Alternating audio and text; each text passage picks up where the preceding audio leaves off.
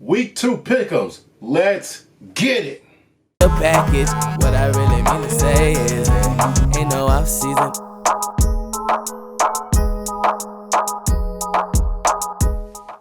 Hello YouTube, welcome to No Off Season Media, and today is week 2 game picks and spread picks. Well, today we got all 16 games coming up, ranging from Thursday all the way until Monday. So let's get it. Well, let's start first. Our Thursday night matchup, we have the Cincinnati Bengals with new acquired quarterback Joe Burrow from the first overall pick of the NFL draft against a former first overall pick in Baker Mayfield. Now in this game, we have the Battle of Ohio, as football fans love to call it, Cincinnati against Cleveland. So who do I have winning this game? Well, I have Cleveland winning, but I think the Bengals can cover the spread. The reason why is because the Browns defense is not well run, even though they got Myles Garrett and Denzel Ward and the other key pieces. The defense is still not great. And the thing is, Cincinnati was able to score 13 points on the Chargers defense, who is great. And if it wasn't for the missed kick, guess what? Cincinnati would be 1-0 right now. So, or even they would have been pushed to overtime, but even with the A.J. Green offensive pass interference, they would be 1-0 right now. So, I think Cleveland will win this game. The line says about 5.5. Take the Bengals plus 5.5. The Bengals, as I just alluded to earlier, they would have won the game against the Chargers if it wasn't for the A.J. Green offensive pass interference, or if it wasn't for the Fat Randy or Randy Bullock missed field goal of the torn hamstring. So take Cincinnati plus 5.5. Browns win 27-23. The second game of the week, we have the Atlanta Falcons against the Dallas Cowboys. And in this game, Dallas Cowboys are favored by 5.5 points. I'm going to take Dallas plus minus 5.5. The reason why I'm going to take Dallas minus 5.5, first of all, I'm never going to bet Atlanta again. I'm sorry, I can't bet Atlanta. Not in this spot here. And the thing about Atlanta is they always start the season off slow. I learned my lesson from last week when they played Seattle. They're always starting off the season very, very slow. Last year, they were 1-7. So that tells you how slow Atlanta is. And they're always depleted with injuries later on in the season, but we'll see. No injury reports have came up about any key players missing. But in this spot, you had to take the Cowboys here. The Cowboys will bounce back from what happened in L.A. I'm going to take the Dallas Cowboys to win, to cover the spread actually, and win, let's say 31-23. Next game, we have the Buffalo Bills traveling to the Miami Dolphins. Now, the thing about that, it says here that the Buffalo Bills are favored by 5.5. Well, they have one of the top 3 defenses in the league, and Miami struggled against one of the top 3, 4, or 5 defenses dating back to last year. And even when they played against New England, they only managed to score 11 points. So I'm going to take the Buffalo Bills to cover the spread at 5.5 and beat the Miami Dolphins. Let's say about 27-13. I think they score this. I think the Buffalo Bills score the exact same amount of points that they did last week against the Jets. But the thing about what scares me about this line is I think the Buffalo Bills are automatically going to win this game. But Josh Allen's fumbling is going to be an issue. And this is actually one of the things that actually scares me as not only an NFL fan, but actually a person who analyzed the game, is that, as I said last week, Buffalo Bills is as far as Josh Allen can take them. So if he keeps fumbling, then that's going to be an issue, and this line actually might get closer. But in this case, I'm going to take Buffalo minus 5.5, as I did allude to the score earlier, 27-13. Next game, we have the New York Giants against the Chicago Bears. And Chicago, they shouldn't have won that last game, but hey, props to Mr. Trubisky for jumping up in the fourth quarter. 21 unanswered points. Like, wow. And that was like in the fourth quarter alone. 13 minutes left in the fourth quarter. That's a lot. And the Giants, I mean, last week they played against the Pittsburgh Steelers, who have a great defensive front, a great front seven. Bud Dupree, Cam Hayward, T.J. Watt, Devin Bush, all these great players. Don't forget all the secondary. Mika Fitzpatrick, I think Artie Burns is still over there. A lot of other key players that are over there. Steven Nelson, great players, great secondary. This is that's what the Giants had to play last week, and they only lost the game by 10 points, and the game alluded to be. But what I believe can help the Giants win this game is if Saquon Barkley gets running. And I know that Pittsburgh last week, their main objective was to neutralize Saquon Barkley. So this offense, as far as Saquon Barkley can take, I mean, Daniel Jones did do great, but what cost the Giants last week? Turnovers. That's what cost the Giants the game. Turnovers, 2 possessions. So that's what I think will happen with the Giants. Now, for as far as this game, I'm going to take the Giants plus 5.5. I still do not trust the Chicago offense at all. I do trust the defense. I don't trust the offense at all. And that's my thing with Chicago is as far as Mr. Trubisky can take them as well, too, alluding to Josh Allen earlier. Same thing with Chicago. When Mr. Trubisky plays better, guess what? They have a better record. They have better stats. But the thing is that with Chicago, they're very limited offensively. And that's the part about the Giants is that their defense is not as well either. And the Chicago Bears struggle against defenses that can be mediocre or even good. So I'm going to take the Giants plus 5.5, specifically because is that I do not trust the Bears offense. I do trust the defense, don't trust the offense. So I think Chicago wins 20-17. 20-17. Next, we have the Denver Broncos against the Pittsburgh Steelers. And in this game, Pittsburgh is favored by 7.5. I'm actually going to take the Steelers plus 7.5. Here's the thing about Denver. And you know I was on my little rant last week about Denver, about how much the offense is not that great. What's Vic Fangio doing? The Denver Broncos have struggled in September on the road. Like, they have been god-awful on the road for the past couple of years, ever since Peyton Manning has been gone. They have not played well. Actually, since 2017, the Broncos have not been great on the road in September. So that's my thing about Denver, is that I don't trust Denver at all. And Von Miller's injured. We saw that when they played against the Tennessee Titans on Monday night. They're not great without Von Miller. And I just alluded to a couple videos ago that Von Miller accounted for 20% of the team's sacks while double-teamed. So that's what I'm trying to allude to as far as I think Pittsburgh can run away with this game. I think they could. But I'm not necessarily accounting for like a blowout, but I think Pittsburgh can cover the spread. So I'm going to take Pittsburgh. Pittsburgh cover the spread. The Pittsburgh wins 27-17. 27-17. Let's go with that.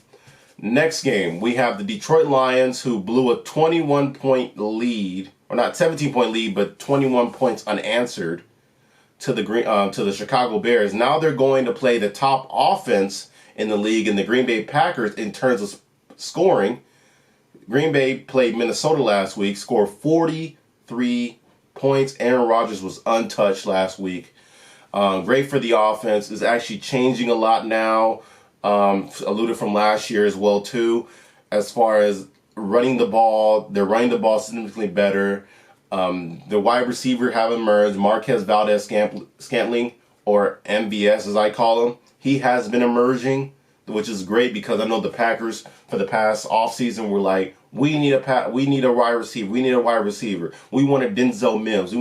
Why we trade up for Jordan Love? Well, they have gotten better at the wide receiver position and the running back position. Aaron Jones has been playing very, very well for the past couple of years. So that's my thing about Green Bay. Now, Detroit's always going to be Detroit. The funny part is, Detroit Lion fans and everybody who covered the NFL knows about the NFL. Jim Caldwell. You remember Jim Caldwell. He was the coach of the Detroit Lions. Before they fired him, he went 9-7, 9-7, 9-7 the past 3 years. Well, he got fired in 2017, obviously, and Matt Patricia came in as the new head coach for the Detroit Lions. Here's something funny. Detroit Lions have won 9 games in 3 years with Matt Patricia than Jim Caldwell got in 1 year. Same. But guess what? Jim Caldwell's fired and not Matt Patricia. So I'm going to take Green Bay here. Detroit has not beaten Green Bay in Green Bay since 2017 on the Monday Night Football. Guess who's the quarterback? Brett Hundley. He's no longer there. And they didn't have Aaron Rodgers there. What was the other time Detroit has beat Green Bay in Green Bay? 2015. Well, I didn't explain about that game either. It was all off a field goal at the end of the game. But going back to this game, I think Green Bay will beat the Detroit Lions by 6 points, or 7 points actually, which actually covers the spread. So I'm going to take Green Bay 30-20. I think Detroit comes back in the game, but it's already going to be out of reach. So they score a late touchdown to make it even better. So 30-20. Next game, we have the Jacksonville Jaguars, who just beat the Indianapolis Colts at home. Even though I picked them as to be tanking, we have them going against the Tennessee Titans. The Tennessee Titans have completely owned the Jacksonville Jaguars. I remember when Derrick Henry had that 99-yard touchdown on Thursday Night Football, and the Jazz just let it all happen. They let it happen again. A big rush from Derrick Henry yet again last year. Do I expect a big rush coming from Derrick Henry? Probably. I mean, Tannehill is playing better this year. And last year, the stats can tell you how much better he's been playing under the Mike Vrabel system in Tennessee. So I'm going to take the Tennessee Titans. I think Tennessee is like an 11-point favorite, 10.5. I think they'll cover that. I think the Tennessee Titans will probably win, let's say 27-16, somewhere around there. Next game, we have the Minnesota Vikings, who just led a league-high 43 points on their defense, coming against the Indianapolis Colts, who lost to, I thought, a tanking team. I'm going to take Minnesota here because Minnesota have played better while bouncing back from losses. Mike Zimmer, he has played better. The offense has played better. The defense has played significantly better when they come out from a loss. Indianapolis, I don't know what to expect from Indianapolis. Marlon Mack got injured. That's not great. Now they got to go by running back by committee. I think they were trying to establish that even with Marlon Mack. I mean, they got Naheem Hines and they got Jonathan Taylor from Wisconsin. I don't know what to expect from this Indianapolis Colts team. And their wide receivers, I don't know what to expect from them either. T.Y. Hilton, he's always constantly injured.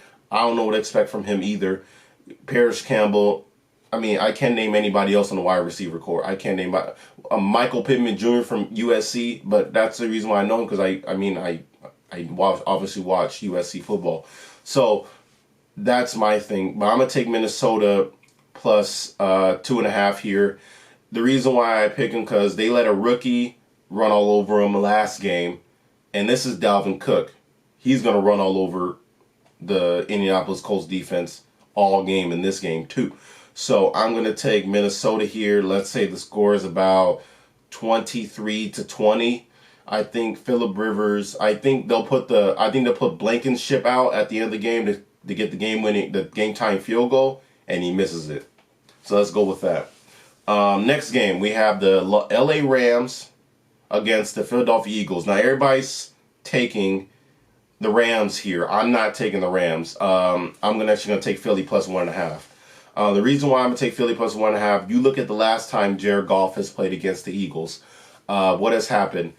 Pressure up the middle by Fletcher Cox or Brandon Graham. But Brandon Graham's not playing this game. But even in the pressure in the middle, guess what? The Rams' offensive line, specifically center, is not that great. They get pressure. Jared Goff was pressure against the Cowboys last week.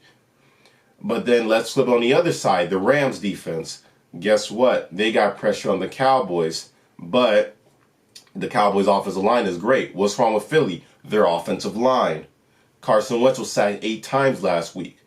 So I know everybody's saying take the Rams minus 1.5. I'm actually going on the flip side and take the Philadelphia Eagles plus 1.5, because we've seen time and time again Jared Goff against these Eagles are just even great interior pressure, he does not play great. Now, one of his wide receivers will go off. It's either going to be Cooper Kupp or Robert Woods.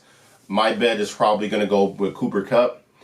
But take the Eagles here. I think the Eagles win it by a field goal late, 23-20. Same score as I had the Minnesota Vikings game and the Indianapolis Colts. Take Philadelphia 23-20. Philadelphia plus 1.5. Next game, we have the San Francisco 49ers minus 6.5 against New York Jets. Now, here's my thing about San Francisco. They have shown last week that they really miss Emmanuel Sanders, and they really miss wide receivers. Trent Taylor is not going to get it done. Raheem Mostert, he's a running back. He had more targets than the wide receivers did on the team. And George Kittle might be out this game. I mean, it's the Jets. I mean, the Jets aren't a great team. I think this team is actually worse than Jacksonville. And guess what? Le'Veon Bell is injured. They just brought up Keelan Ballage. They signed him from the practice squad. Now they have Frank Gore and just a ton of injuries. I don't even think Adam Gase is going to be there for long. I think Adam Gase is on the hot seat this year. I really do. I mean, they didn't play well last year. Joe Douglas, a new GM, he didn't even get Gase. He didn't even get Gase, and he wanted Gase gone. Gase, I think, was it Gase that wanted to give him $13 million, gave Le'Veon $13 million a year? I even think Le'Veon likes Adam Gase, and he's not even playing. So I think this is bad matchup for the Jets. Obviously, it's a bad matchup. We've seen what happened when they played Buffalo. Now, guess what? San Francisco has the same great defense like Buffalo. And what did the Jets score? 17 points. So I'm going to take the San Francisco 49ers. I take them to cover the spread, minus 6.5. Let's say it's about 30-14. 16-point win for the Niners. I think Jimmy Garoppolo has a field day against this team. Raheem Mostert especially has a field day against this team. Expect the 49ers to run the ball, like run heavy. Expect them to do this. So I'm going to take the 49ers to win 30-14. Next game, we have the Carolina Panthers against the Tampa Bay Buccaneers. Now, we saw what Tampa Bay happened last week against the New Orleans Saints. They didn't play very well. I mean, well, in my standards, they didn't play very well. Brady had 2 touchdowns and 2 picks. One of them went for a pick 6. Do I think he's going to have a pick 6 in this game? Probably not. Bruce Arians did call out Brady publicly. Whenever Brady's called out publicly, he just has a great game the next week after that. I don't know. That's just how Brady is. But the one thing that does scare me about this line right now, because I know it's at 8.5. That can maybe choose Carolina plus 8.5, but I'm gonna stick with my pick. Chris Godwin is on concussion protocol. So, and Mike Evans, he was lingering an injury last week. So that's my thing that scares me about this line, is that it's 8.5. But I think the Buccaneers will cover this line. The thing that for sure thinks that the Buccaneers gonna cover this line is that the Carolina defense is not great at all. I mean, they allow 34 points against for the Oakland Raiders.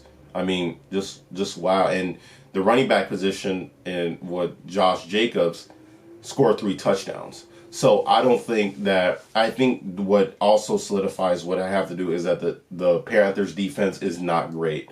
So I'm going to take the Buccaneers to win outright 30-20. That's normal Brady range. Come back to Tampa, line up 30 points. They only got 23 last week, so I think it's going to be 23-20. Next game, we have the Washington football team against the Arizona Cardinals, who I think Kyler Murray's on the MVP year. That's just me. But I'm going to take the Washington football team plus 6.5. I think the Arizona Cardinals will win this game. The Arizona Cardinals will win this game. But I think the Washington football team keep the game close.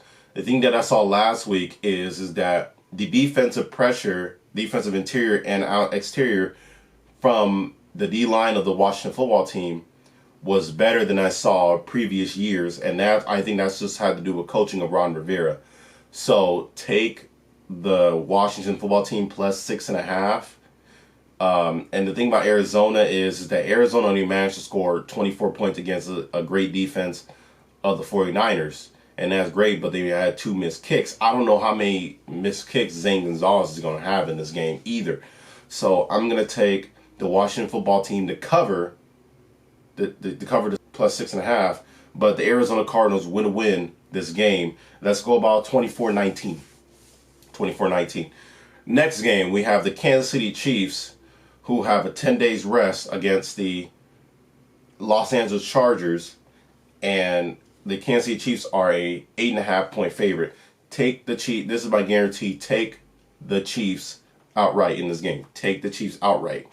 The reason why I say take the Chiefs outright is because this is a very bad matchup for the Los Angeles Chargers. Very bad. And with the Chargers, they only managed to score 16 points against a Cincinnati Bengals defense.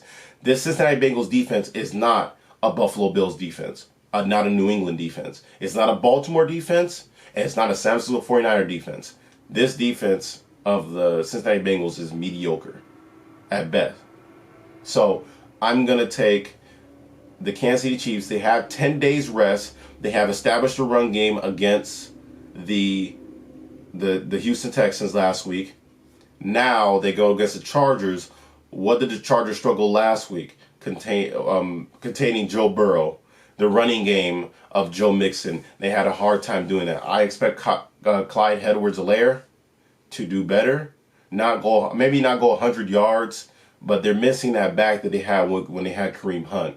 So I think the Chiefs will go out outright. Let's say 31-16. I think the Chiefs is winning outright.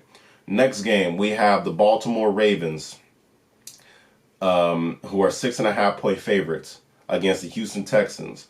Houston Texans came off a 10 game. They're obviously off for 10 weeks because of when they played Kansas City in the opener.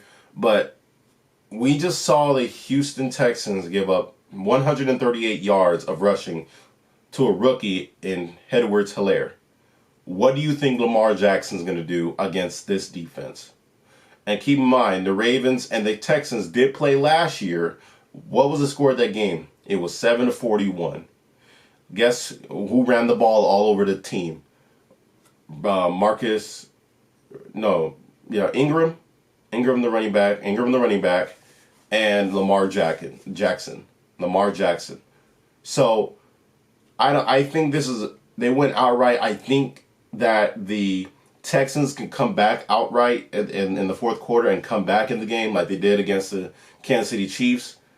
So I'm going to take the Baltimore Ravens minus 6.5. Let's say the score is about 30-21. That's going to be I think the Ravens are going to win outright. I think the Texans come back in the fourth quarter to make the score seem less as bad. Okay, next game. We have Sunday Night Football. We have the New England Patriots against the Seattle Seahawks, who are 4.5-point favorites. I'm actually going to take New England plus 4.5. Seattle still wins this game. As a Patriot fan, I'm being real. Seattle still wins this game.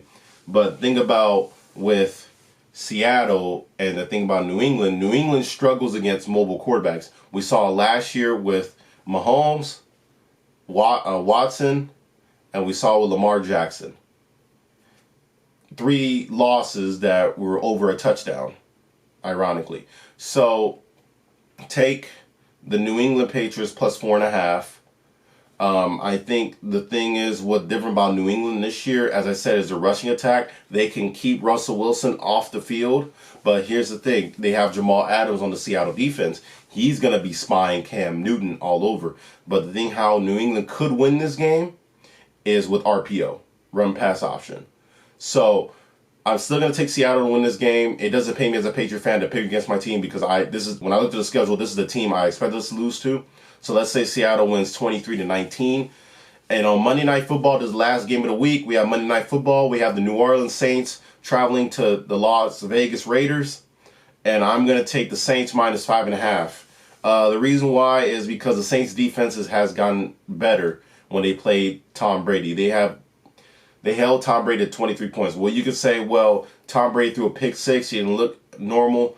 But the thing is, what was the Saints great for in that game? Guess what? They stopped the run. What are the Raiders good at? Running the ball.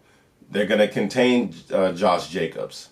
So I'm going to take... And guess what? The Raiders' defense has always been bad. I mean, they allowed the Panthers have 15 points in the fourth quarter. If it wasn't for a boneheaded decision by Matt Rule and Joe Brady, then guess what? The Raiders be 0-1. So I'm going to take the Saints to beat them by a touchdown. I'm going to take the Saints 27-20. And that's how the week 2 picks end. But thank you so much, guys. Don't forget to like, comment, subscribe. I'll be having a week 2 review coming later after we see all the 16 games. And I'll catch you guys later. Peace.